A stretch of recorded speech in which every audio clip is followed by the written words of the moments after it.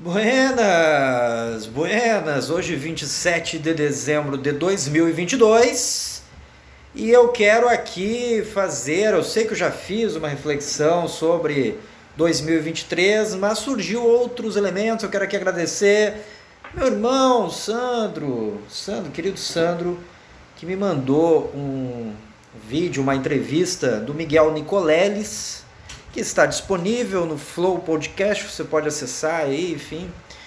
Flow Podcast bastante famoso, Miguel Nicoleles também.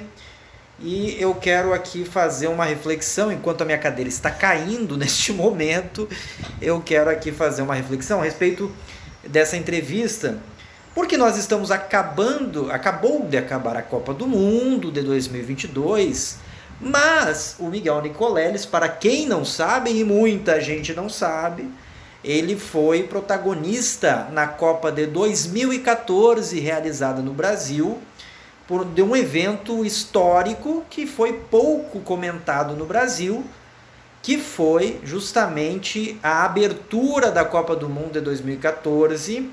Para quem não lembra, e a maioria das pessoas não lembra disso, é que o pontapé inicial daquele evento foi feito por um garoto paraplégico de 20 e poucos anos, que utilizou o exoesqueleto desenvolvido pelo neurocientista Miguel Nicoleles. Ou seja, esse fato, que teve pouco mais de 15 segundos, foi ali a abertura da Copa do Mundo e tal, foi uma demonstração de que num futuro muito próximo nós vamos poder ter pessoas, simplesmente pessoas com paralisia nos membros inferiores, né, que poderão andar de novo, tá? E isso só é possível graças a uma tecnologia desenvolvida por cientistas brasileiros, dentre eles coordenados, é claro, por esse grande cientista mundial chamado Miguel Nicoleles, certo? Eu quero relembrar esse fato aqui porque ele foi soterrado na época por uma avalanche de notícias ruins, negativas sobre o Brasil, inclusive sobre a própria Copa do Mundo, né? Afinal de contas, inclusive, essas notícias ruins foram reforçadas pelo final trágico que a seleção brasileira teve naquela ocasião, perdendo de 7-1 da Alemanha. Naquele mesmo ano houve a eleição da Dilma Rousseff, apertadíssima eleição, ele se elegeu por uma diferença muito pequena, e o seu adversário à época, Aécio Neves, perdeu contestando o resultado. E, enfim, logo depois começaram as manifestações contra a Dilma, manifestações com a camiseta verde e amarela, e a gente sabe que em 2016 depois ela foi derrubada pelo impeachment, né? Pois bem, anos antes, vamos voltar um pouco então ao tempo, em 2003, certo? 2003, ela... assim, a Dilma só ganhou as eleições por causa de uma expressiva votação que ela teve no Nordeste, certo? Aí vamos lá, vamos voltar anos antes desses eventos, em 2003. Esse mesmo cientista que lá em 2014 criou o exoesqueleto, ele criou no Nordeste mais especificamente na cidade de Natal, ele criou um instituto, que é o Instituto Internacional de Neurociências, que consiste numa escola experimental voltada para crianças, que procura utilizar o método científico para que as crianças estudem português, matemática, biologia, demais matérias, né, através do método científico. Ele descreve esse projeto dele educacional como um aeroporto. Nessa entrevista do Flow Podcast ele fala, inclusive, que no Brasil nós temos muitos Santos Dumont, mas que não temos condições para que esses talentos floresçam. Vale lembrar, né, que Santos Dumont inventou o avião, né? E disso nós sabemos, então ele se referiu a isso. E essa escola do Miguel Nicoleles em Natal, Rio Grande do Norte, ela tinha como objetivo fornecer as pistas para que as crianças, enquanto aviões, pudessem decolar. Essa é a metáfora que ele utilizou, né? Pois bem, ele lamentou nessa entrevista que o projeto educacional que ele criou em Natal, que de 2003 a 2016, por este projeto passaram de 12 a 15 mil crianças, né? Produziu, portanto, uma micro-revolução baseada, tendo como lema o método científico. Essas são palavras do Miguel Nicoleles. Seriam os rudimentos de um projeto de nação, segundo ele. Ele lamenta que, justamente, quando Dilma foi derrubada, em 2016, o governo que assumiu, o governo Temer, então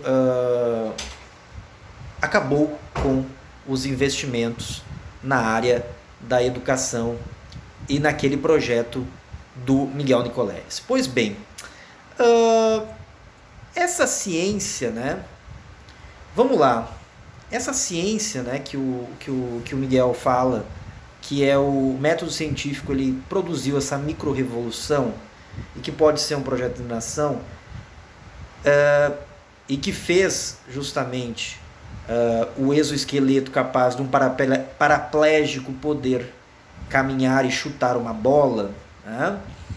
E que desenvolveu lá o avião, lá atrás, Santos Dumont desenvolveu a tecnologia do avião, que até hoje é um meio de transporte no mundo, sugere o grande potencial que o Brasil tem na área da inovação, né?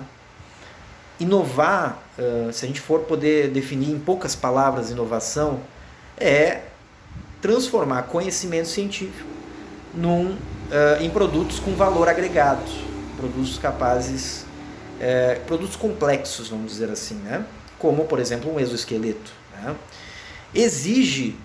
Portanto, a inovação ela exige uma conexão entre pesquisa e setor produtivo, tá? A Operação Lava Jato, que foi parte dessas notícias ruins que surgiram a partir de 2014, né, que eu falei, ela devastou a Petrobras, por exemplo, a Odebrecht, né, e culminou na derrubada, como eu falei antes, da presidenta Dilma. Mas não só isso, junto disso, né, junto desse processo todo, houve uma acelerada derrocada da indústria nacional. As centrais sindicais denunciam que de 2015 a 2020 nós tivemos a destruição de 36 mil indústrias brasileiras. 36 mil indústrias. Isso é dado apresentado pelas centrais sindicais em referência ao aniversário da reforma trabalhista feita por Temer, o mesmo que derrubou o financiamento da escola do Nicoleles, né?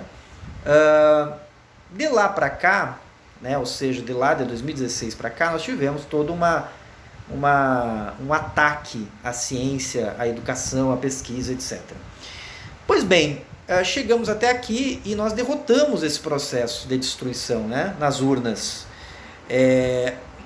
Qual é o desafio para 2023? Eu acho que nós temos um desafio de rearticular o setor produtivo com a pesquisa. No sentido de criar ecossistemas de inovação. Ou seja,